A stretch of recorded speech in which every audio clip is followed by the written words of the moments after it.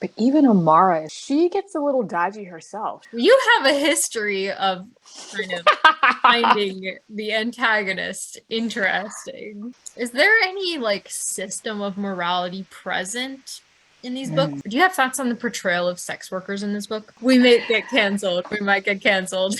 Hello, everybody. This is Christy Lewis from Dostoevsky in Space, and today I have a really good friend over here, Alana Estelle. Hi.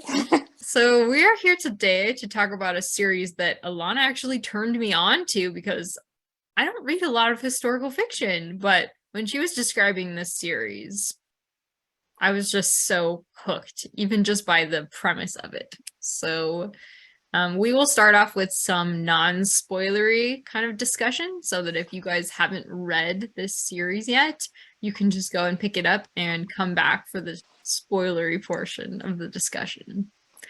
And of course, Alana has a double review of both of these books that are out in the series so far already on her channel. And I'm sure she will review book 3 because she's looking forward to it. Oh, absolutely. I'm so excited for book 3.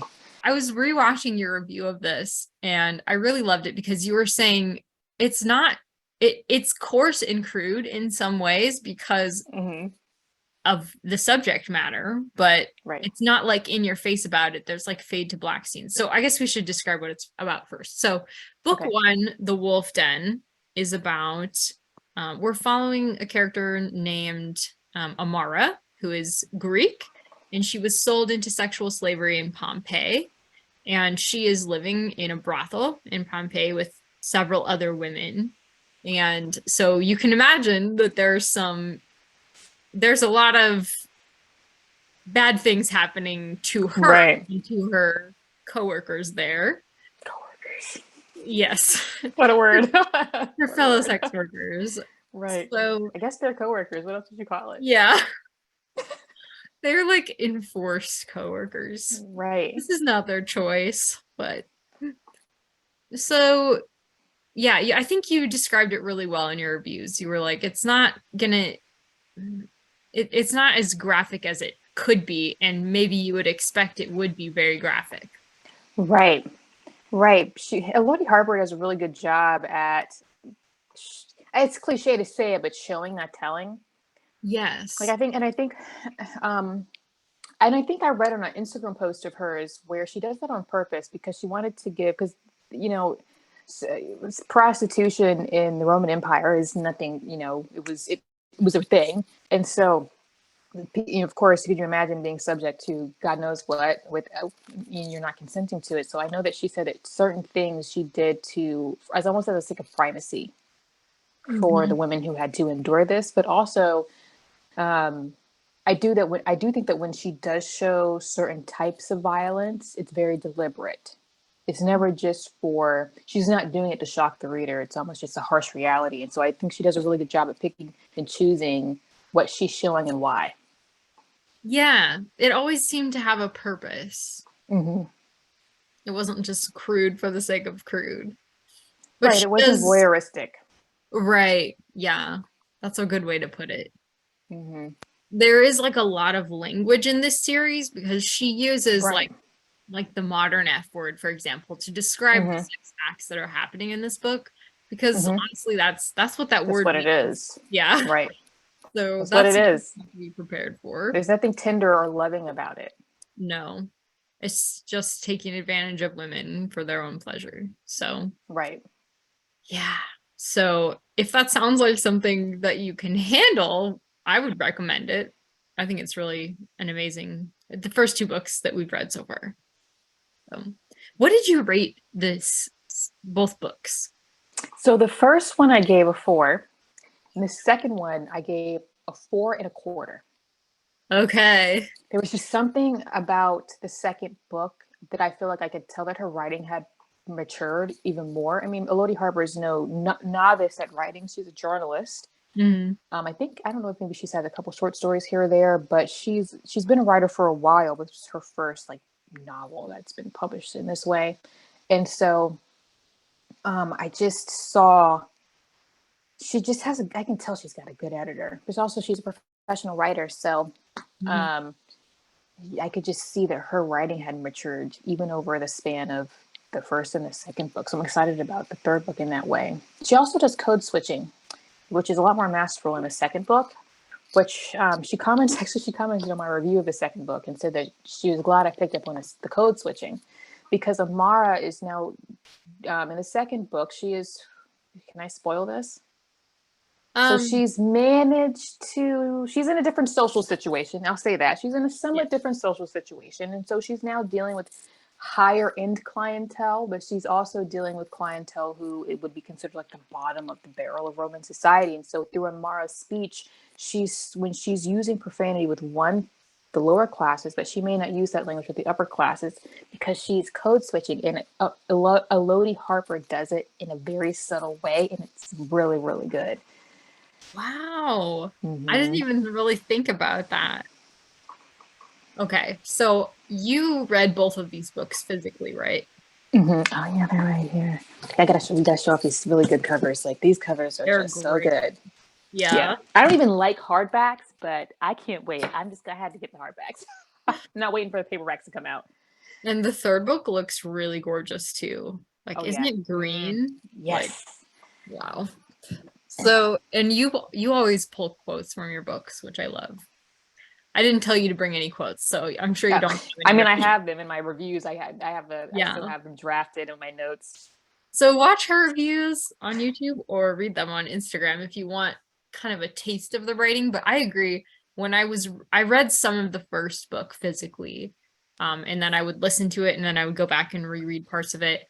And I was marking things, because it was just very clear what was going to be important. And her writing was very clear and accessible to me, which is really nice. And I listened to the whole second book, and I listened to quite a large portion of the first book. So it's listenable and it's readable, in addition to, and it's worth reading physically, but if you can't, then it works great on audio too. That's good to know. Because I read them physically. Right. I love that you read things physically, because then you can be so thorough and you're so focused. You actually finish things within a reasonable amount of time. Yeah, I'm very picky about what I listen to audibly, because I think it's just how I process information. I do better with a physical book because it's a sensory thing for me. You said in a recent video that historical fiction has always been your top genre, which I didn't actually realize for a long time, but now it makes sense. A lot of the things that you look at and recommend and have read are historical fiction. So I have read very little historical fiction, but I was curious, how would you say that this series compares to other historical fiction? Like, are there some kind of differences in like the type of historical fiction, or what would you say? I actually find that this is a very unique subset in historical fiction. You don't really find, I'll just say, I haven't really come across very many historical fiction books or series that take place in ancient Rome. I think now we're seeing this boom of Greek mythology, which I wouldn't put in the historical fiction category, but it kind of has that feel when you're dealing with ancient Rome, but it's not a mythology. She's not writing mythology. And a lot of historical fiction that I find is most popular that gets published, the Tudors, or this very lush kind of historical fiction that's maybe geared towards women, which has its place. I liked that when I was a teenager, this very lush historical fiction that's taking place in Europe or Britain. Or you maybe get World War II historical fiction, which is very common. And I think World War II fiction dominates the market by far.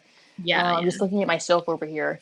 But for her that's one of the main reasons why I decided to pick it up when the first book came out. I was like, wow, the only other trilogy that I'd come across that took place in ancient Rome was the Mark of the Lion series by Francine Rivers, which is Christian historical fiction, taking place about 40 years-ish post the crucifixion of Christ. So this is taking place in the 70s AD. So, it's just not an area that people are really publishing in. So she's got a really unique hold or I think place within that historical fiction market. Because it's not Greek myth retellings. It's not Tudor fiction. It's not. She's in her own. She's doing her own thing. Yeah, That's kind of how I felt about it too, even though I haven't read a ton of historical fiction. I had never heard of anything really set in Pompeii. Um, Yes. maybe like one or two things. Like I know there's like a speculative novel that I remember being set in Pompeii several years ago now, but um, I just felt like this also was so very focused on the plot and the characters. Hmm. It's more story focused than some of It the is. historical fiction I've read, which a lot of the historical fiction, rightly, is very focused on the historical setting because that's what makes it unique. Right. But this one was so story focused, whereas you were getting the setting and you were picturing everything around Amara Hmm. and everything she was experiencing, but it was all there as part of the story. It wasn't like just set dressing, like you were saying. It wasn't like the lush. Right. Yeah, it's not, you're not getting these really gorgeous descriptions of ancient Rome, but she still makes it feel like you know you're in ancient Rome, Mm-hmm. you know? So, yeah, it's she and Elodie Harper's a good writer. Yeah, I think so She's too. a good writer. She doesn't overwrite. Yeah, it almost, now that you mentioned that she was a journalist, it almost feels kind of journalistic in that Yeah, sense. actually, I was thinking the same thing as you said. I was like, it makes sense that she was a, she's not over. She's quite direct. Yes. Yes. And it's not the kind of directness that might turn you off either. Right. It's just very clear. Right. It's to the point. She's concise. Yeah, she's to the point. Yeah, she's concise. I think that's partly what I loved about it. I never felt like, this is just hanging on to this one thing too long and I really want it to move on.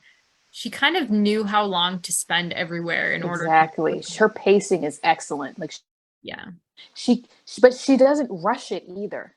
So her pacing is excellent. And I read them over the summer. So they've got that while being historically accurate as far as the setting, and they're still compulsively readable. Like they're perfect for when you, and they're still, even though the content can be kind of tough at times, they're still those fun compulsive reads that are perfect for when it's 100 degrees outside.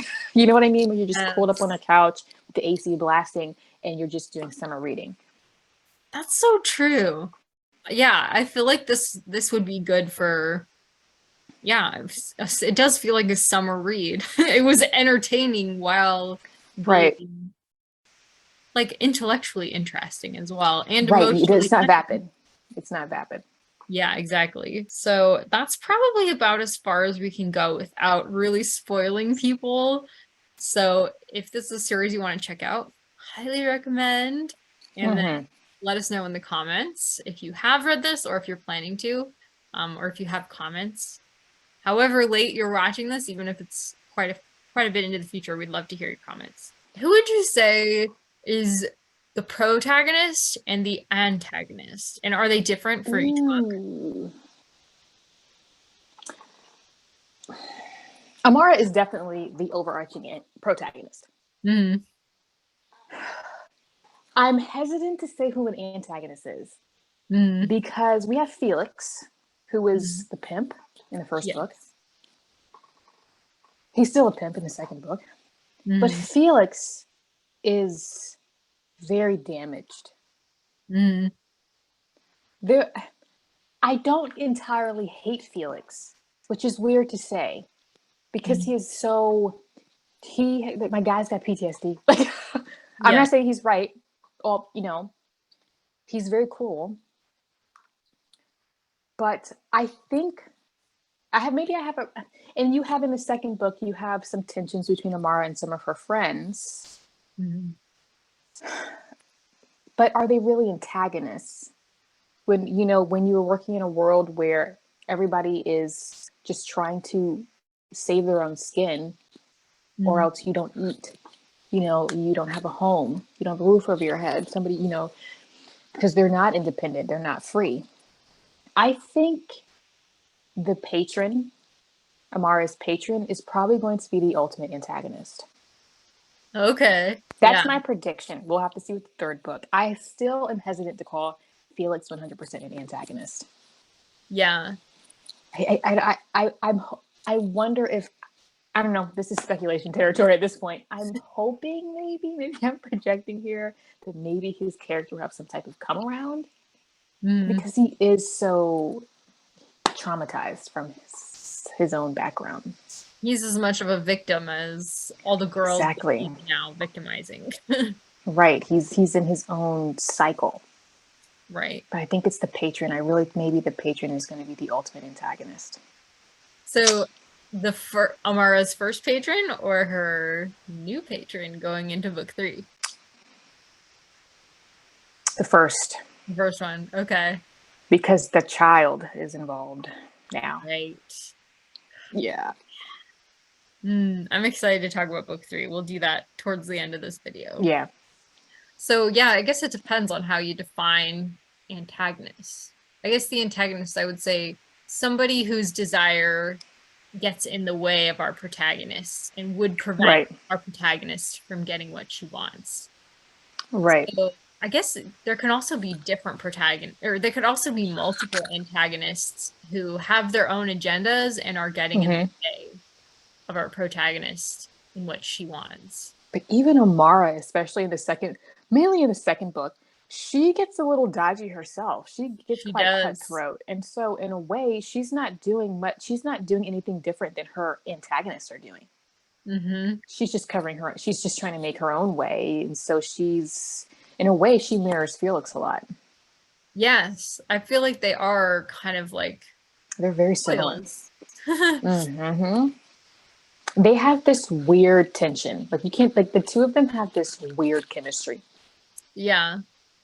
Because like you said, they're both just trying to survive in a really difficult place, I guess you would say. And I actually think that Felix, even though he's very hard, admires Amara in some way because he recognizes there is a intensity to her that is uncommon, that he recognizes in himself. I think that there is an odd affection there, even if it's a bit Stockholm syndrome, like it's a little twisted. So but it's a weird relationship. Yes. It's a weird relationship. Don't get me wrong, people. It's abusive. Yeah. That's what's so definitely not Elodie Harper's characters, though. She makes them complex in a way that you're like, you feel conflicted. You have a history of kind of finding the antagonist interesting. Yeah. Maybe it's a personal flaw. Because the same thing happened with Pachinko, and I just couldn't. Hansu. Yep. Yeah. Like, he's morally gray. I love the morally gray characters. I do. Like, I just it's can't. hard to write. Yeah. It's hard. Maybe that's why I like them, because they're difficult to write, and to make them morally gray is more difficult than making them blatantly evil or blatantly good. Right, exactly. Like Dickens makes people blatantly good, but okay. Yes. So, is there any like system of morality present in these books? Yes, because even though Amara is doing things to kind of get her own way, she knows that some of the things that she's doing is not moral. The lying, the taking advantage of certain people to meet her own needs. She knows that. So yes, she knows that what certain things that she's doing is wrong, or even other characters may know that this is not right, but it's a means to an end. And I do think that, of course, there are certain characters with their own sense of morality. But there are certain things, like we know that, like the lying, murders, certain things, like, it's kind of like those basic Ten Commandment type sense of sin / morality. You get that, but some of it is gray, depending on the character. That's a really good way to put it, because like there's a character like Dido who is just Dido is good. She's just a good person, but her situation has made it so that she cannot be her best. And it breaks her in a lot of ways, and it ends up actually getting her killed. And it's not her fault that she's in this situation, but Right. it makes it impossible for her to make good, healthy decisions. Right now that you mention it, I think it's two tiered. So you have people who are put in situations to say to prostitute, but they don't have a choice. They're slaves. You know, Yeah. from the outside looking in a modern perspective, we could say, well, that's we maybe we look at that a certain way. But there's a difference between you don't have a choice versus then we have these people like Amara, Felix, some of the other characters who make decisions they know aren't right, but Mhm. they're making them out of a choice. So there's a difference between acts being committed because you don't have a choice versus acts being committed when you have a choice morally to do the right thing or not. Yes. And I would say too, in a situation like the characters are so great. With Victoria, like Oh yeah, she's she has fascinating. just she is so fascinating because she was born unwanted, set out to die, is happy being a sex slave, basically. At least Yeah, that's 'cause she what she doesn't know said. anything else, right? She Yeah, doesn't know yeah. anything else. And all the decisions that she makes are bringing her closer to her abuser, even at the cost of people who love her and would treat her better, like Amara in the second book. So, like, versus Dido, who, would never, she knew something better, I think. And she knew how to make better choices if she could have, she would have. Same. But Because they're Victoria, thinking, yeah, you're right. Because Dido, even Amara, because they knew a different type of life before they were sold into slavery, they're thinking, what would my parents think if they saw me in this situation? right? Yeah. So they have a different type of moral compass based on what their upbringings were. Right.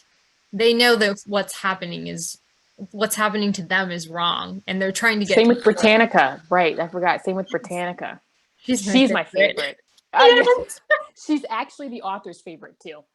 She's Really? Elodie Harper. She's Elodie Harper. Side note is after she's done with this, she's going to do a whole nother series based on the Germanic tribes or wherever. Is it where the Germanic tribes or where are the Britain tribes? Britain tribes, sorry. Yeah. That Yeah. Britannica came from. I Oh know. my So gosh. excited. I can't wait. I didn't know that. Now I'm so excited. Mm-hmm. That's so exciting. Yeah, I would say Britannica, she, for the most part, she's probably got the straightest moral compass. She's a savage in the best way possible. Yes. I mean, in a good way. Like they call her in a book, like in the book in ancient Rome, she would be considered a savage. I mean, savage as in the 21st century definition, slang term of a savage. Like she is the friend that everybody wants and needs. She tells it like it is. Yes. She's loyal to a fault. Hmm. Actually, no, she's not loyal to a fault because when you show her when you show her who you are, she believes it. Yeah. And she has a good sense of people's character. I Mm-hmm. think because her own character is very straightforward and she Mm-hmm. she gravitates towards people who are similar. And so she loves Amara because she knows exactly where Amara's at and versus Victoria, whom she just doesn't like Yeah, she ever. never trusts Victoria, right? Right.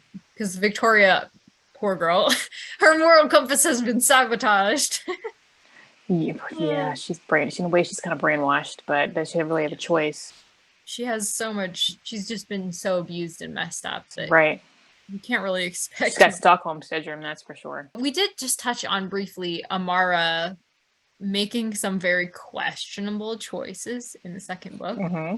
which I'm kind of excited by how flawed the characters are in this book because I feel like a lot of modern books just don't have this kind of really good characterization. Um, where it's really reflecting the period where they live. You're not looking at these characters and being like, sorry, but I know that someone from the 21st century wrote these characters. And they're not straight good or bad. They're all a mix, all of them, including the main character. Right. And it doesn't matter what social class they are. They're all Mm-hmm. got something going on. Yeah. And a lot of them have good points, things that you like Mm-hmm. about them. Like we were talking about with Victoria, like she can spin any situation so that it feels less miserable, which that is a Right. talent. That is a talent. Right. So Amara really enjoys being with Victoria, even if she can't she doesn't necessarily feel like Victoria just wants to have fun. She wants to have a good time. Like if she's gonna make the best of the situation, so it's like, hey, we have to go to perform at this thing, let's make it a party. yeah, exactly. Versus like Amara's patron, who, you know, he shows her some kindness enough that she actually thinks that she loves him for a while.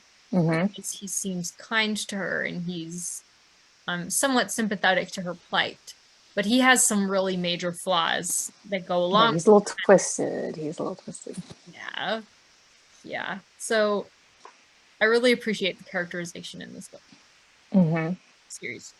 So, do you have thoughts on the portrayal of sex workers in this book? We may get canceled. We might get canceled. What I appreciate that she did is she humanizes it. Mm. Because it's really about the past. I can't really say that Elodie Harper is making a projection on the 21st century as far as like how people think about it in the 21st century. I think she's really just putting it in a particular space of time. Mm. So what I think she's doing is just humanizing these, because they were slaves of the Roman Empire, Mm. and using these fictional characters to show that these women had backgrounds. They were often doing things outside of their will. Mm. So almost in a way, I'm not trying not to word salad. So what was ask me the question again. Do you have thoughts on the portrayal of sex workers in this and series? I want to, yes and no. I feel like perhaps maybe my thoughts about them aren't that deep. Like I think she's really just portraying them in a human way, Mm-hmm. putting faces, even though they're fictional faces, putting fictional faces to these women who often didn't really have a story that was told. Mm-hmm. They were slaves. Often showing like you just can't assume anything because some of them had good backgrounds initially before they were Yeah, sold into yeah. slavery. I think maybe that's what I'm trying to say. I love it. No, that's good. I think that's what I'm picking up from her as well. I think Mm-hmm. it was startling to me to read this series because she does not sugarcoat their experience, which is so Right. often what the 21st century does. Even the name sex Yes. workers, it tries to like validate these kinds of jobs where this story shows you the kind of things that sex workers go through and why it's a very unhealthy thing.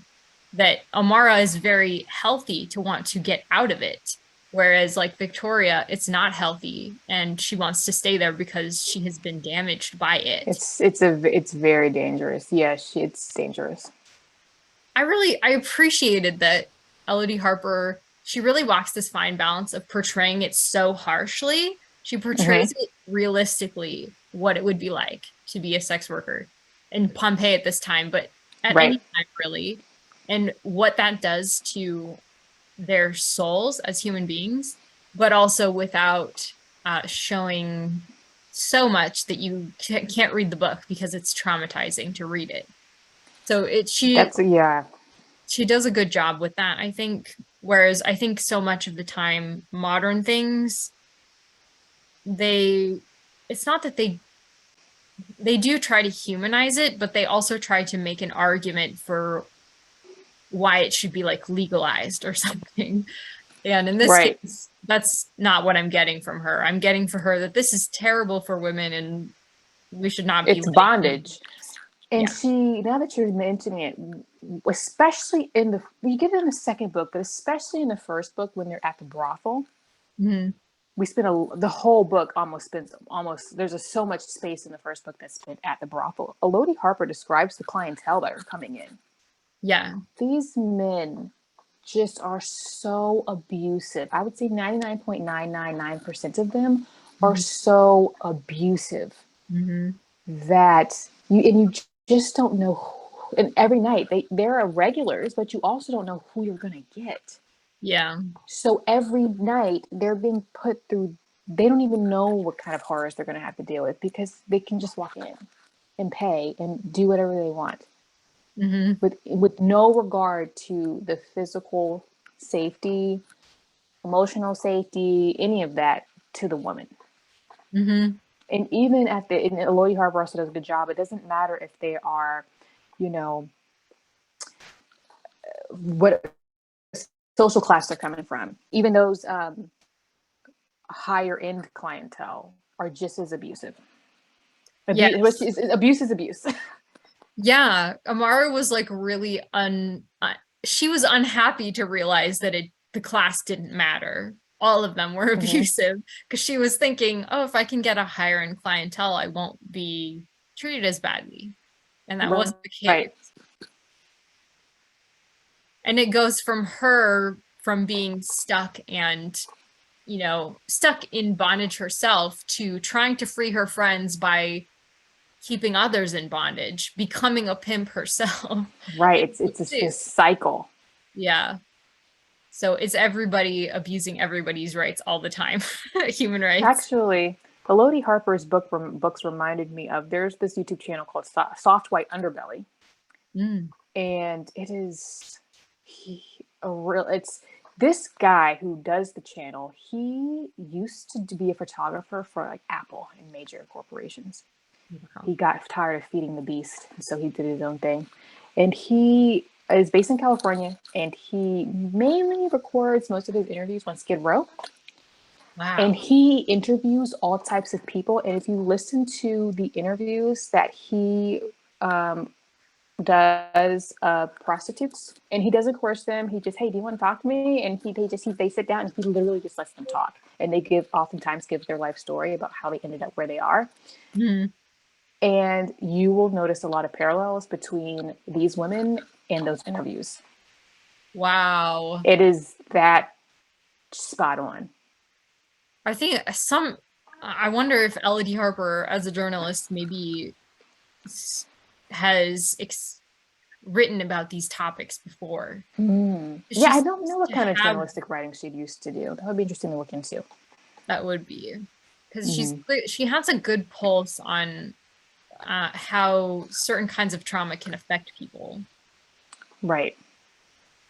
And that's another thing. She doesn't shy away from PTSD. Like Amara has issues. Yeah. And it comes out especially in the second book. Yes. That's a really good point too. Yeah, when she's with her patron,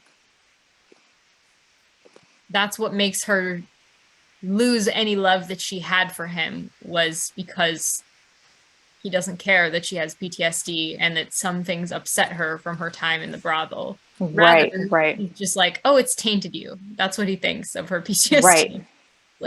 Right. He doesn't think about, well, what did you actually endure so that certain things like this is a woman who has actual triggers. Like, the word that's overused is trigger today. Yeah.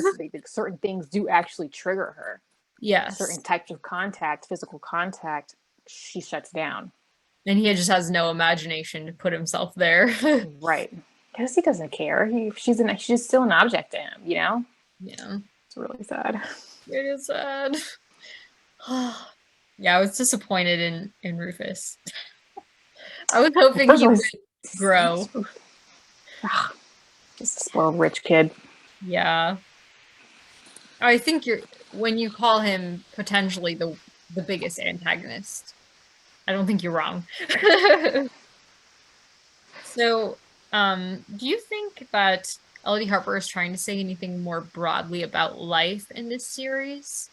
That's a good question. Any themes? Yeah, I'm gonna pull up my notes. Freedom. That was one thing I talked about. I think what she's really exploring, one of the themes, one thing that she's really talking about with the human condition is this concept of freedom. What does freedom really mean? Because you have these characters who are in bondage as slaves, or money is a big deal. So debt is an issue. So if you think you're going to I want to be free, but how are you going to make money? So you almost have to get in debt in order to try to get out of debt, And so what does it mean to be free? And that is really what Amara is struggling with and she's trying to obtain ultimate independence and freedom, but she ends up caught up in a sticky web because there's just so many things hindering that. So what does it really mean for a person to be free? Yeah. That's a really good point. Yeah, it's all about her searching for her freedom and how much she would value it if she got it, and all the dirty things she has to do to try and get it. Right, and she knew what it was like at first because before she got sold into slavery, she was just a normal person. Her father was a doctor. She knows what it feels like to be free, even though there was some type of financial hardship, which is why her mother sold her into slavery, not knowing that how she would end up. But once you're sold into slavery, you have no social currency. Right. She's nothing.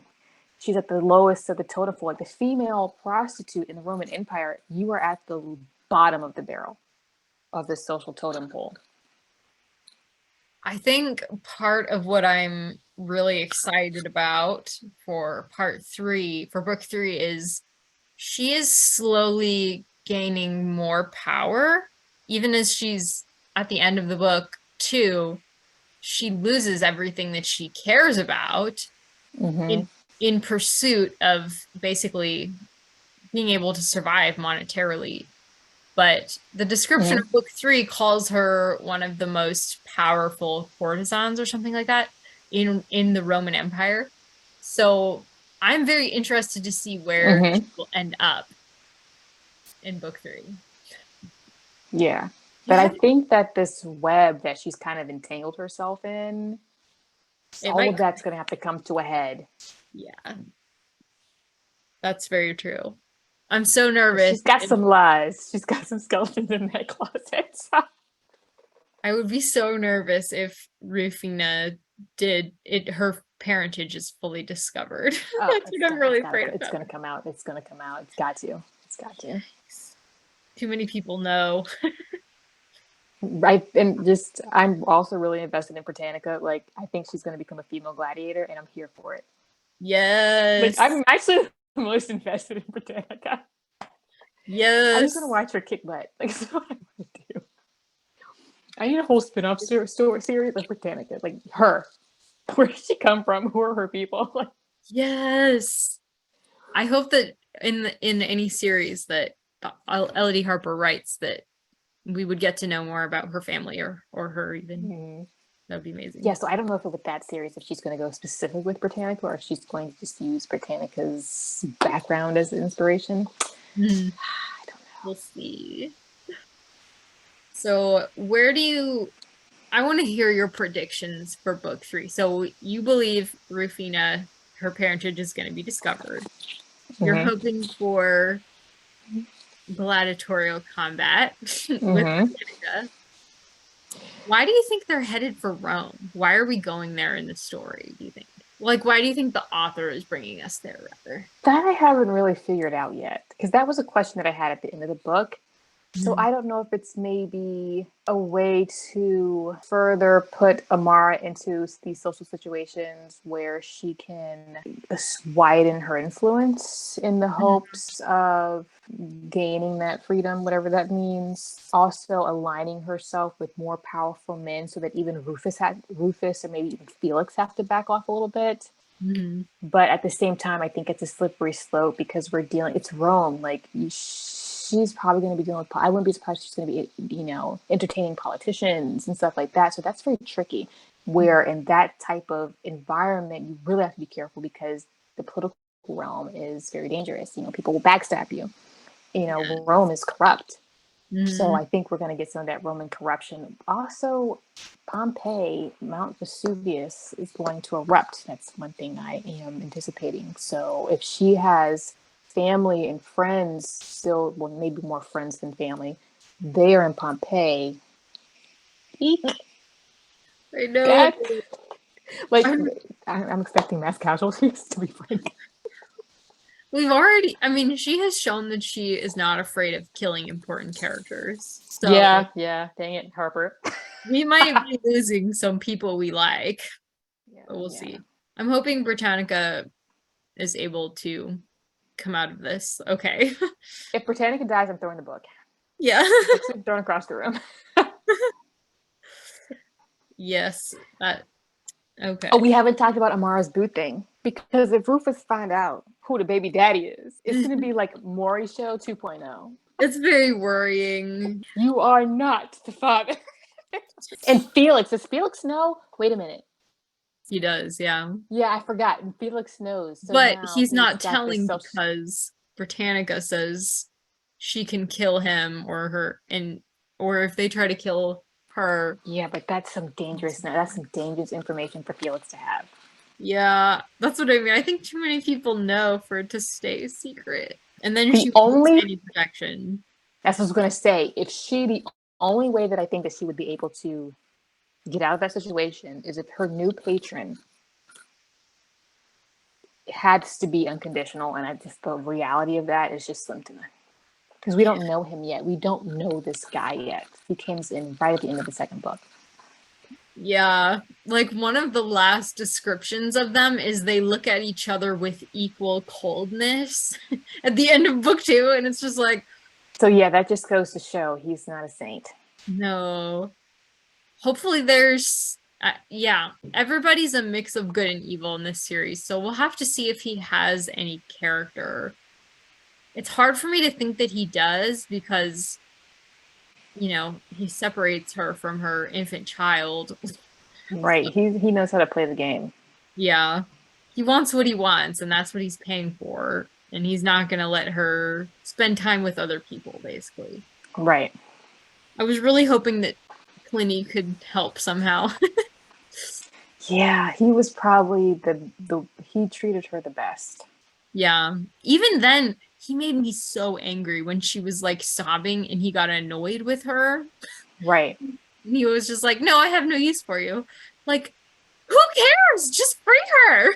Right. Hire her to like copy scrolls or something.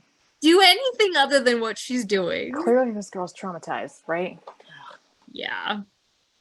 So even though he was the kindest and she absolutely loves him, I was very annoyed with Pliny.